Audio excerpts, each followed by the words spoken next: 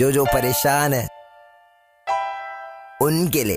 तो आ गए आप दोस्तों। आज बात करने वाला उसी मुनावर फारूकी की जो बचपन में बकरी से राखी बनवाता था और बड़े होकर उसी बकरी के साथ काले कांड करता था। और जब एक दिन उसने अपने पड़ोसी की बकरे को खुद की बकरी के साथ वही कांड करते हुए देख लिया जो वो खुद अपनी बकरी के साथ करता था, तब से लेके आज तक मुनावर फारूकी हर किसी को चिल्ला चिल्ला कर कहता है कि धोखा दिया मुझे बहनों ने, बहनों ने, बहनों ने, बहनों ने, ए धोखा दिया मुझे बहनों ने, बहनों ने, बहनों ने, बहनों ने। और जब कोई ये बात सुनता था तब मुनावर से ये कहता था कि तुमने बकरी से राखी बनाई और तुमने बकरी को ही ठोक दिया, इस हिसाब से तो तुम बेंचोद भी हो गए। तब हमारे मुनावर मुस्कुराकर जवाब देते थे कि ऐसे ऑकवर्ड नहीं हूँ मैं, मुसलमान, मेरा चलता है। इस जानवर मुनावर को तुम प्यार से भाईजान भी कह सकते हो क्योंकि ये अपनी बकरी के लिए भाई और जान दोनों ही है। मुनावर बकरी चोदने के साथ साथ हिंदू जोक बड़ा अच्छा मारता है, या फिर यूं कहे कि बकरी चोदने के अलावा सिर्फ हिंदू जोक ही मारना इसे आता है और लोगों को लगता है इसके जोक बहुत ही फनी होते हैं। चलो हम भी देखते हैं इसके जोक कितने फनी होते हैं। Like making bomb, it's not easy. I think it's as difficult as mandir banana. No, I tell you, like educated Hindus don't want mandir bana. Uneducated Muslim don't know bomb कैसे बने। अच्छा वो फारूकी तूने बता दिया कि पढ़े लिखे मुस्लिम को ही बम बनाना आता है, अनपढ़ लोगों को बम बनाना नहीं आता। वरना यार हमारे देश में अनपढ़ मुसलमान बहुत ज्यादा है, हर जगह फटते फिरते।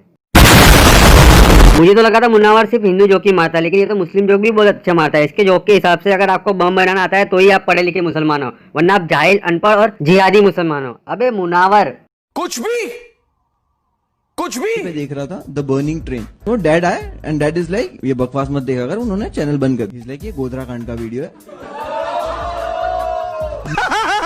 क्या जोक मारा यार, हंसो क्योंकि गोधरा कांड में तुम्हारा कोई अपना नहीं मरा था।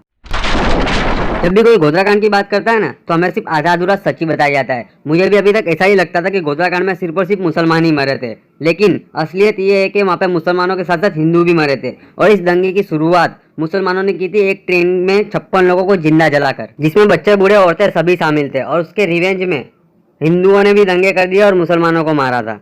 और एक दूसरे को टारगेट करने की जगह अगर हम अपनी अपनी गलती माने ना तो भी ऐसे दंगे दोबारा नहीं होंगे। लेकिन मुझे पता है कोई अपनी गलती नहीं मानेगा, क्योंकि कुछ लोगों को सच्चाई और जोक दोनों ही हजम नहीं होते। तुम्हें पता है मुसलमानों पर सबसे पहली सीरियल कौन सी बनी थी? नहीं।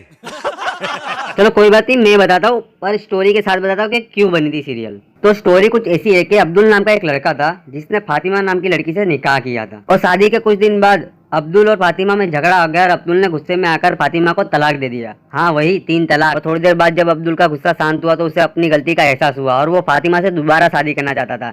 लेकिन इस्लाम में अगर तुम किसी को तलाक दे दो, अगर तुम्हें उससे फिर से शादी करनी हो तो तुम्हें अपनी बीबी का हलाला करवाना पड़ता है। और फातिमा इतनी खूबसूरत और जवान थी कि उसके हलाला की जिम्मेदारी अब्दुल के अब्बू जान ने, मतलब फातिमा के ससुर ने, अपने मजबूत कंधों पे ले ली। समझ रहे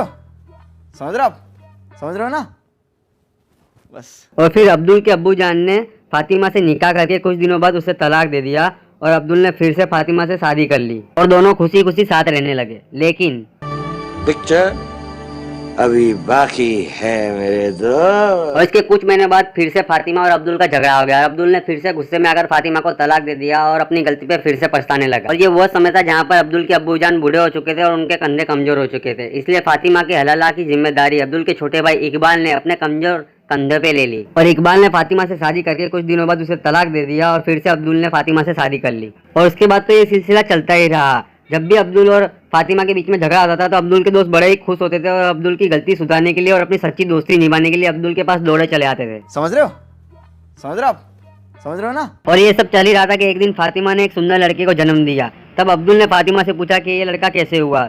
तब रिप्लाई देते हुए फातिमा ने अब्दुल से कहा कि ओ ऐसे ही हो गया।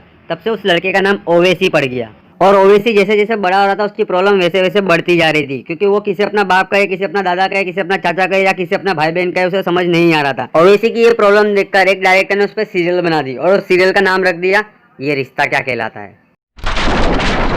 तुम लोगों ने हमेशा ये तो सुना होगा कि हवस का पुजारी, लेकिन आज मैं तुमको हवसी मौलाना की एक स्टोरी सुनाता हूँ जो रियलिटी और फैक्ट्स पे बेस्ड है। हवसी मौलाना, मैंने स्टोरी को ये नाम इसलिए दिया है क्योंकि मेरे हिसाब से मौलाना से ज्यादा हवसी इस दुनिया में और कोई नहीं हो सकता। क्योंकि मैंने बहुत से मौलाना को ये कहते सुना है और कुरान में भी यही लिखा है कि इस्लाम को मानने वाले को जन्नत में 72 वर्जिन अप्सराएं मिलेगी। अब एक मौलाना से बेहतर इस्लाम को कोई मान ही नहीं सकता।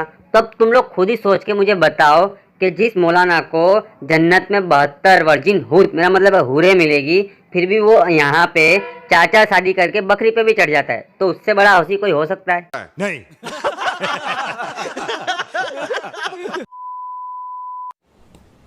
डियर मुस्लिम्स, बुरा लगा, हमें भी लगा था ये देख के। कैसा है ना, लाइक मेरा पिया घर है और Ram ji don't give fuck about your पिया। मेरा पिया घर है, राम जी लाइक मैं 14 साल से खुद घर नहीं गया। एंड अगर सीता ने सुन लिया तो वो तो डाउट करेगी कि if your husband is why you are updating my husband bitch. And Sita को तो माधुरी पे पहले से शक है। वो गाना है तेरा करूं गिन गिन, तो उसको लगा वनवास गिन रही है कि साल 14 पे रुक गई है। तो पूरा सीन क्या है? There is a comic, his name is Munawar Faruqui. उसने पहले बीजेपी जोक्स मारे। मैंने अभी थोड़े टाइम पहले ट्वीट किया था कि मुझे लगता है बोलो जुबां केसरी बीजेपी का इलेक्शन स्लोगन होना चाहिए,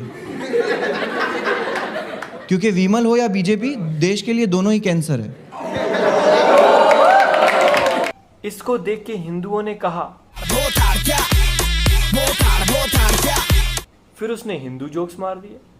वो जो एज है ना आपकी छोटी वाली 5, 6, 7 वाली, वो उस एज में ना आपको एक्शन मूवीज VFX मूवीज वगैरह देखने का बहुत शौक होता है राइट? तो मैं उस वक्त एज में ये जब स्टोरीज वोरीज सुनते थे तो मुझे भी बहुत शौक था। तो मैं टीवी पे देख रहा था द बर्निंग ट्रेन। तो डैड आए एंड डैड इज लाइक ये बकवास मत देखा कर, उन्होंने चैनल बंद कर दिया। एंड आई वाज लाइक क्यों ऐसा? ही इज लाइक ये गोधरा कांड का वीडियो है, न्यूज चैनल चल रहा है ये। इसको देख के हिंदुओं ने कहा, फिर उसने राम जोक्स मार दिए। कैसा है ना, लाइक मेरा पिया घर है और Ram ji don't give fuck about your पिया। इसको देख के हिंदुओं ने कहा, मुल्ला मादरचोद। क्लियर हार्ड डिस्क्लेमर, हिंदू इस वीडियो को कुरान समझे, मुस्लिम इस वीडियो को गीता समझे। मतलब अगर शुरू कर दिया है तो पूरा देखे, वरना बीच में छोड़ के जाओगे तो सिवाय मिसअंडरस्टैंडिंग के कुछ नहीं होगा और बाहर जाके फिर तुम लोग चूतियों जैसी बातें करोगे। मुनावर फारूकी को अरेस्ट कर लिया क्योंकि उसने हिंदुओं के भगवानों का मजाक उड़ाया, और उसने ये पहली बार नहीं किया, इससे पहले भी वो एक बार ऐसा कर चुका है। और इसके अलावा बहुत से कॉमेडियन भी हिंदुओं के भगवानों का मजाक उड़ाते हैं, तो उनमें इतनी हिम्मत और ताकत कहाँ से आती है? कुछ लोगों को हिंदुओं से नफरत होती होगी।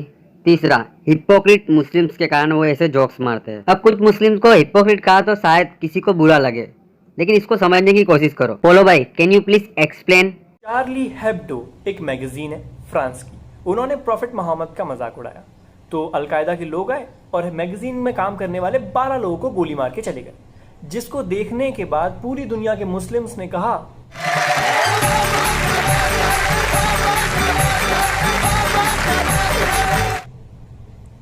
फिर कमलेश तिवारी ने प्रॉफिट मोहम्मद का मजाक उड़ाया तो कुछ मुस्लिम्स आए, उसको गोली मार के चले गए, जिसको देख के पूरी दुनिया के मुस्लिम्स ने कहा,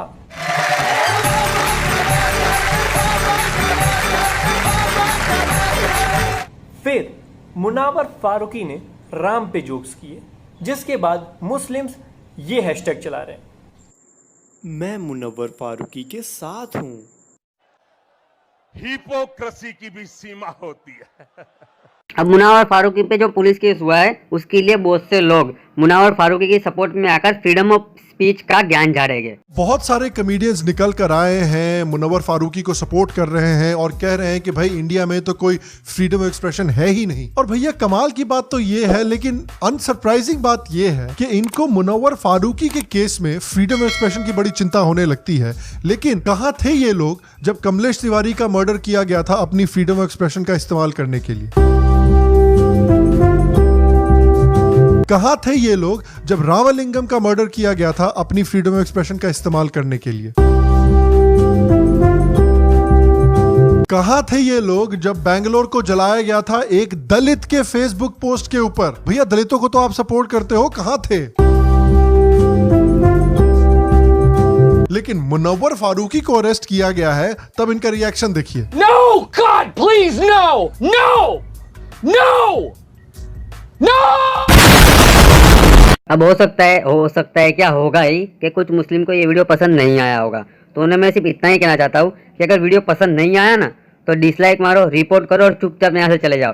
नेगेटिव कमेंट मत करना, क्योंकि नेगेटिव कमेंट करता हूँ तुम जैसे लोगों के कारण उन अच्छे मुसलमानों का भी नाम खराब होता है। जो सच को एक्सेप्ट करते हैं। और अगर ऐसा कोई मुसलमान मेरी ये वीडियो देख रहा हो तो कमेंट करके अपना ओपिनियन जरूर देना मुझे। और मैंने ये वीडियो ज़्यादा डिटेल में और ज़्यादा फनी नहीं बनाई है, लेकिन फिर भी अगर वीडियो में कुछ भी पसंद आया हो तो लाइक कमेंट और शेयर कर देना। बाकी मैं मिलता हूँ आपको अगले वीडियो में, तब तक के लिए अलविदा दोस्तों। मेरा पिया घर है और Ram ji don't give fuck about your पिया। इसलिए मेरा पिया घर है, राम जी मैं 14 साल से खुद घर नहीं गया। हॉली कैंड है हम, जो चूतियों को अपनी मनमानी करने देते हैं। इनकी माँ का भूसड़ा। रुको जरा, सबर करो। बोला धक्का बुक्की नहीं करने का, आराम से लेने का। हाँ